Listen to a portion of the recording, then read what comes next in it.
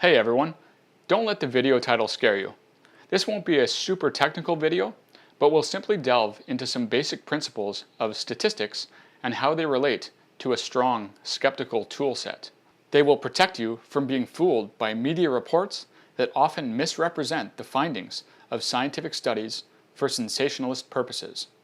Perhaps most importantly, statistical literacy is an essential component of critical thinking, and this tool set will help you in countless areas of everyday life. In many ways, understanding statistics is integral to understanding science, as many of the principles that relate to good science have everything to do with statistics. Let's explore some of these. In many ways, statistics is unintuitive and goes against humans' default method of thinking, which tends to rely on emotion, anecdotes, and a whole host of cognitive biases, some of which I've covered in previous videos. It takes practice to shift one's thinking away from these default biases to a method grounded in robust skepticism and science-based thinking. Let's start with something called the base rate. Base rates are a statistical measure of what percentage of a population has a particular characteristic. This statistic is then used as the base or prior probability upon which to compare other measurements. For example, let's say we are told that 2,000 people have improved or cured their back pain using a type of treatment. This might sound impressive on first glance, but then we find out that 200,000 people tried the treatment, which means that 198,000 or 99% did not improve while using the treatment, and only 1% did, which makes it clear how effective or ineffective the treatment potentially was. Without this base rate to provide a basis for comparison, we can easily fall victim to the base rate fallacy. In other words, we need to understand the overall context.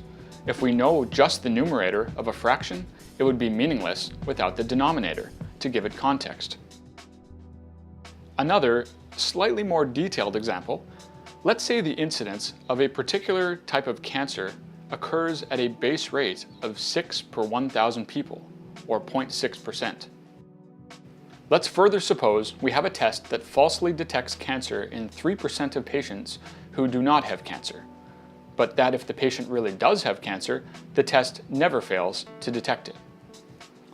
If we are screening a random patient and perform the test on them and detect cancer, what is the likelihood that the patient really does have cancer in the absence of any other information we have?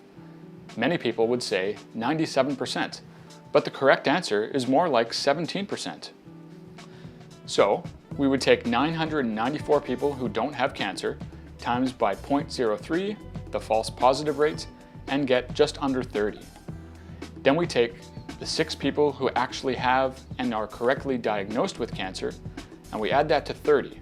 We get 36. 6 people out of the 36 is just under 17%. This is counterintuitive, but it's true. Following from the base rate, let's look at a distinction that is often ignored in the media's reporting of scientific findings: the difference between relative risk and absolute risk. Risk is a measure of the probability that a negative outcome will occur, but there are different kinds of risk. Suppose you see a media headline that reports that CT scans in childhood triple the chance of brain cancer. This might be a cause for alarm, but then we find out that the overall risk, or base rate, is roughly 1 case per 10,000 children aged 0 to 9. The report of tripling the chance refers to the relative risk. A relative risk tripling, or a 200% increase of 1 per 10,000, would be 3 per 10,000, or 2 additional cases. So 3 in 10,000 becomes the absolute risk, much less scary sounding. Now suppose you see another media headline that reports that a glass of red wine raises the lifetime risk of breast cancer by 5%. Then you discover the base rate or prevalence of breast cancer is 1 in 8, or 12.5%. Say the rate for non-drinkers is 1 in 9, or 11.1%, meaning 111 women out of a random group of non-drinking women of 1,000 will get breast cancer. An increase of 5% means this 11.1% increases to 11.7%. This increases the total number of breast cancer cases to 117 out of 1,000, 6 additional cases per 1,000. So, absolute risk describes the overall risk of an outcome over a time period, with or without a specific behavior that may affect it.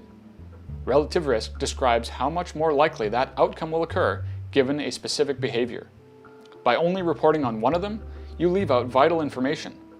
A large-sounding increased relative risk of a deadly disease might not mean much if the absolute risk is still tiny. On the flip side, a smaller relative risk increase or decrease might change the absolute risk big time. So always look at both. Related to the absolute and relative risks are measurements called the number needed to treat and number needed to harm. The former is how many people we'd have to administer a specific intervention to in order to help one person, whether it save a life, prevent a disease, and so forth. The latter is how many people would have to be exposed to a certain risk to produce harm, again, whether take a life, cause a disease, etc. For example, let's say statins, a medication used to prevent heart attacks, were given to 10,000 people. Let's say the number of deaths from heart attacks in the statin group goes down from 50 to 40, a relative risk reduction of 20%, and an absolute risk reduction of 10 out of 10,000, or 0.1%. To get the number needed to treat, we take 1 divided by the absolute risk, and we get 1,000. So in this example, we'd have to treat 1,000 patients with statins in order to save 1 life due to heart attacks, which is about what a 2011 Cochrane review found to be the case. As we just saw, in order to know exactly how many people this will actually help, we need to know the absolute risk reduction as well. The number needed to treat is another way of providing clarity to the question. For an example of the number needed to harm, let's go back to our breast cancer example. We found that 1 alcoholic drink per day led to 6 additional cases of breast cancer per 1,000 women. That was the increase in the absolute risk. So we simply take 1,000 divided by 6, and we get a number needed to harm of 167. That is, 167 women having an average of a drink per day over their lifetime will lead to 1 additional case of breast cancer. That brings me to sample size. Sample size is quite simply how many subjects or observations are in your study. Ideally, in controlled experiments, samples will be randomized so as to remove any possible sources of bias among the group that may skew the results. The sample size has to be large enough to mitigate chance events, as well as have adequate statistical power, which means it has to be able to detect what's called the effect size. If we're testing a drug that may only benefit 1 in 100 patients, or may have a serious side effect that affects 1 in 100 patients, a sample size of 50 isn't going to be able to detect this effect. The sample size also has to be large enough to mitigate false positive and false negative results, as we looked at briefly with base rates. Shifting gears a bit, let's tackle 2 related concepts. The first is standard deviation, a measure of the spread or variation in a set of data. A high standard deviation means the data points extend far from the mean. A low standard deviation means the data are close to the mean. I bring the metric up because it's vital to understanding what's called a normal distribution, or simply a bell-shaped curve, which describes how observations are distributed in terms of standard deviations from the mean, and ultimately in percentile terms. To understand this better, let's look at an example. Intelligence quotient, or IQ tests, a standard metric of intelligence, are designed so that the mean is 100. The standard deviation is 15. The empirical rule, or the 68, 95, 99.7 rule, gives us a way to approximate the proportion of a normal distribution that falls within 1, 2, and 3 standard deviations of the mean. It states simply that 68% of the distribution falls within 1 standard deviation, 95% within 2 standard deviations, and 99.7% within 3 standard deviations. So for IQ test scores, since the standard deviation is 15, 68% of the test scores fall between 85 and 115. That's 15 points below and 15 points above the mean. 95% of the test scores fall between 70 and 130. That's 30 points or 2 standard deviations below and above the mean. And 99.7% of the test scores fall between 55 and 145. That's 3 standard deviations below and above the mean. If someone's test score comes out at, say, 125, that represents 1.666 standard deviations above the mean, or in the 90th percentile. This can give us a quick reference point to understand reported data from a normal distribution or bell-shaped curve. Of course, not all distributions are normal, but many are. Height, weight, lifespans, errors in measurements, and the aforementioned IQ. Furthermore, many distributions that aren't naturally normal are often transformed by scientists and statisticians so that they are normal, to make them easier to analyze. Next, let's look at an indispensable tool of statisticians: p-values and the related confidence intervals. When scientists run a study, they will often calculate what's called a p-value. Before I explain this, let's first look at something called the null hypothesis.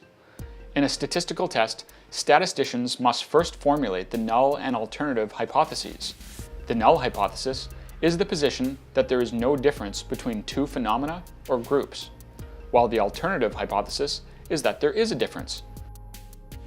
Bear with me, I'll provide an example in a moment. The p-value, which is a probability and thus falls between 0 and 1, is then calculated. The lower the p-value, the less likely that the observed result was obtained when the null hypothesis is true. If the p-value is really low, we reject the null hypothesis. How low? Statisticians usually set the arbitrary cutoff at 0.05. So if a p-value is obtained that is below 0.05, they reject their null hypothesis and accept the alternative hypothesis. If the p-value is over 0.05, they fail to reject the null hypothesis. Note, they do not accept the null hypothesis since you cannot prove it. We can only determine how likely or not it is. This is analogous to the principle of falsification in science, where we cannot technically prove a scientific hypothesis true, we can only fail to disprove it.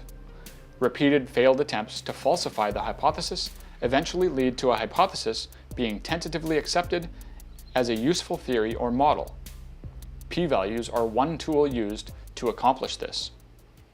To help understand this, let's consider the analogy of a legal hearing in court. Let's say a defendant has been accused of robbery. The null hypothesis, or default assumption, is that the defendant is innocent. During the trial, the prosecutor presents evidence. Let's say the police found the defendant at the crime scene with a bag of money, a mask on his face, and a getaway car outside. The jury then evaluates the evidence. This is akin to hypothesis testing. With the default presumption of innocence, is the evidence against the defendant plausible if the defendant were actually innocent? If the evidence is very unlikely to have occurred by chance, this raises a reasonable doubt about the null hypothesis. While juries don't typically use the standard of 1 out of 20 or a probability of 0.05 as the threshold to reject or fail to reject the null hypothesis, they in effect determine the likelihood and then reach a verdict. Note that if the evidence is unconvincing, the jury rules not guilty. They don't rule innocent. This is akin to failing to reject the null hypothesis rather than accepting it. The defendant may in fact be innocent, but they have no way to determine this.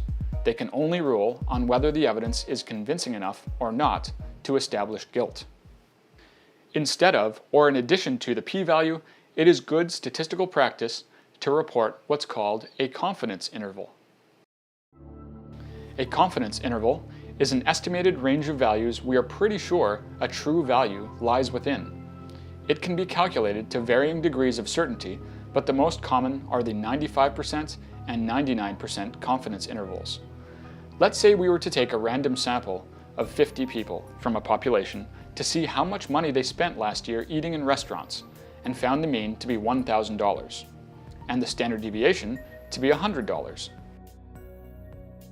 The 95% confidence interval would thus be 1,000 plus or minus 28, or a range from 972 to 1,028. This means that there's a 95% confidence that the true mean amount of money spent falls within this interval. That means that if we were to take repeated samples, that 95% of the time the mean would fall within the interval. Along with p-values, confidence intervals are another tool that scientists and statisticians use to determine whether or not to reject the null hypothesis. In other words, whether, say, a drug that's being tested is likely to have had an effect in treating a condition. Good studies are more likely to report both the p-values and confidence intervals in conjunction with its findings.